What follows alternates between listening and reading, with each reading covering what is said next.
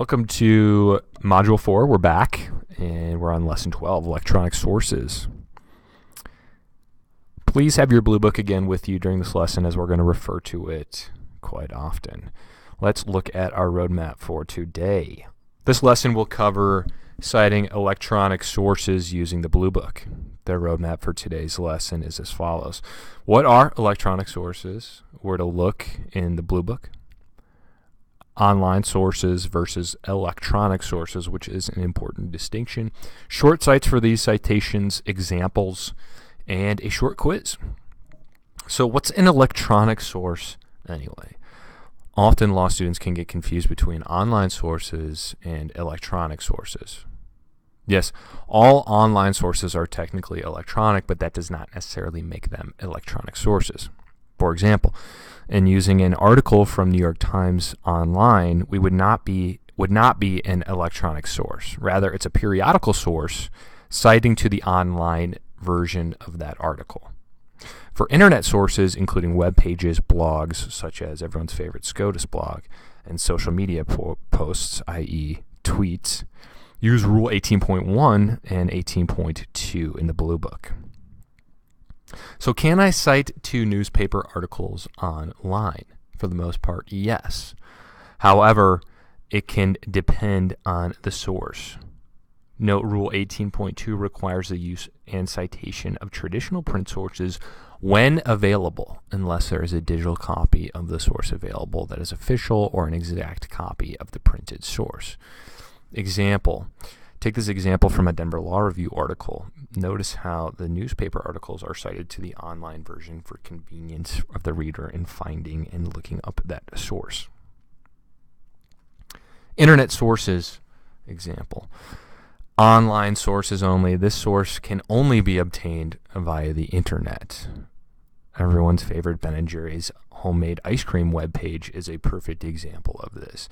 You're not going to find this in a print version anywhere or in a periodical. This is strictly a source that can be obtained via the internet.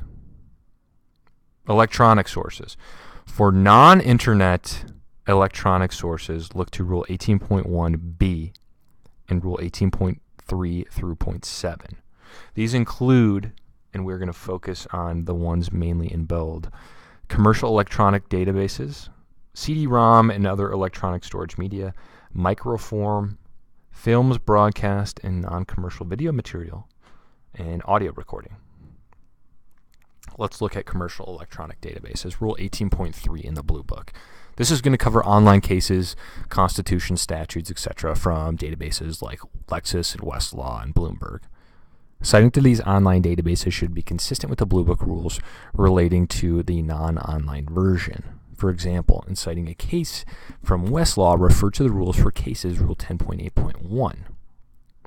For example, let's look at Shelton v. City of Manhattan Beach. It's going to be the case name followed by the case number with the specific Westlaw number at asterisk page number pin site, and then the court name. Specifically in the court name, the year is going to be a little different because it's going to include the abbreviated month and the date of the year the opinion came out rather than just the year. Moving in film, broadcast, and non-commercial video sources, this is Rule 18.6. You're going to want to cite the name of the film in large and small caps and TV or radio in italics by title, episode name, and exact date if available. Include the name of the company or the network that broadcasts the film, radio, or TV.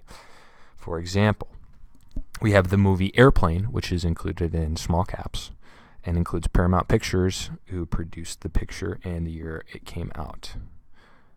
Also, everyone's favorite TV drama, Law and Order, is listed in italics, the episode title, NBC television, and the date it came out. Moving to audio recordings, we're going to look at Rule 18.7 in the Blue Book. Separated by commercial recording, now these are going to be albums made available for sale, and non-commercial recordings, and podcasts and recordings online. Podcasts and online recordings are cited according to Rule 18.2.2.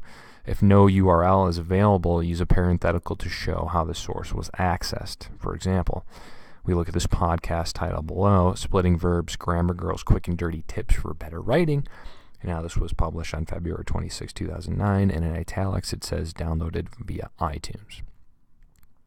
Commercial recordings.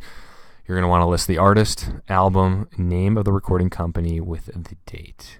For example, MC Hammer, Please Don't Hurt 'Em, Capitol Records, 1990.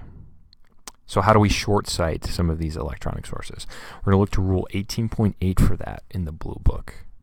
Short citing commercial electronic databases, CD-ROMs, and films and audio. For films, recordings, and broadcasts, both id and supra may be used. For commercial databases like Westlaw and Nexus, the structure is similar to short citing cases there.